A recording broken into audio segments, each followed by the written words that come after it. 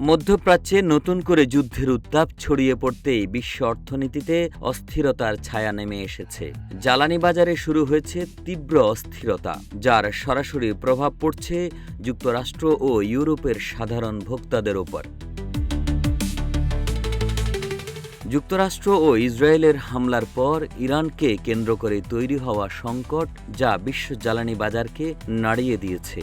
ব্রেন্ট crude এর দাম বেড়ে $83 ওপরে উঠেছে, যা প্রায় 9% বৃদ্ধি। মার্কিন অপরিশোধিত তেলও 7% বেশি বেড়েছে। এর আগেই ডোনাল্ড ট্রাম্পের কড়া বক্তব্য ও নিষেধাজ্ঞা বাজারে চাপ তৈরি করেছিল। ট্রাম্প বলেছেন, প্রয়োজনে অভিযান আরও দীর্ঘ সময় চলবে। সংঘাতের কারণে সবচেয়ে বেশি উদ্বেগ তৈরি হয়েছে হরমুজ প্রণালী ঘিরে।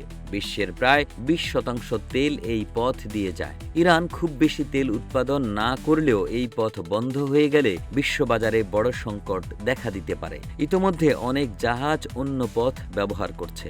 এর প্রভাব পড়েছে যুক্তরাষ্ট্রেও। গ্যাসের দাম বেড়ে গ্যালন প্রতি $3.11 দাঁড়িয়েছে। অপরিশোধিত তেলের দামও বেড়ে $77.36 হয়েছে।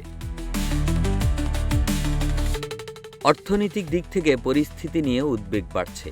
জেপি মর্গান চেজ এর সিইও জেমি ডিমন বলেন, এখনই গ্যাসের দাম কিছুটা বাড়বে, তবে যুদ্ধ দীর্ঘ হলে মূল্যস্ফীতি বড় আকার নিতে পারে। এদিকে শেয়ার বাজারেও ওঠানামা দেখা গেছে। যুক্তরাষ্ট্রের শেয়ার বাজারে শুরুতে বড় পতন হলেও পরে কিছুটা সামলে ওঠে, কিন্তু ইউরোপ ও এশিয়ার বাজারে বড় ধস নামে। বিনিয়োগকারীরা সোনা ও ডলারের দিকে ঝুঁকছেন, ফলে সোনার দাম 2% বেশি বেড়েছে। তেলের সঙ্গে গ্যাসের বাজারেও চাপ বেড়েছে। বিশ্বের দ্বিতীয় বৃহত্তম এলএনজি রপ্তানিকারক দেশ কাতার জানিয়েছে, হামলার কারণে তাদের কিছু স্থাপনায় সাময়িকভাবে গ্যাস উৎপাদন বন্ধ রাখতে হয়েছে। এতে ইউরোপের গ্যাসের দাম এক পর্যায়ে প্রায় 50% পর্যন্ত লাফিয়ে ওঠে। এদিকে ওপেকের দ্বিতীয় বৃহত্তম তেল উৎপাদনকারী দেশ ইরাক বলেছে, ট্যাঙ্কার ঠিকমতো আসা যাওয়া করতে না পারলে তেল উৎপাদন কমতে পারে। আশঙ্কা করা হচ্ছে, দীর্ঘ সময় সংঘাত চললে বিশ্বজুড়ে আবারও দ্রব্যমূল্য বাড়তে পারে।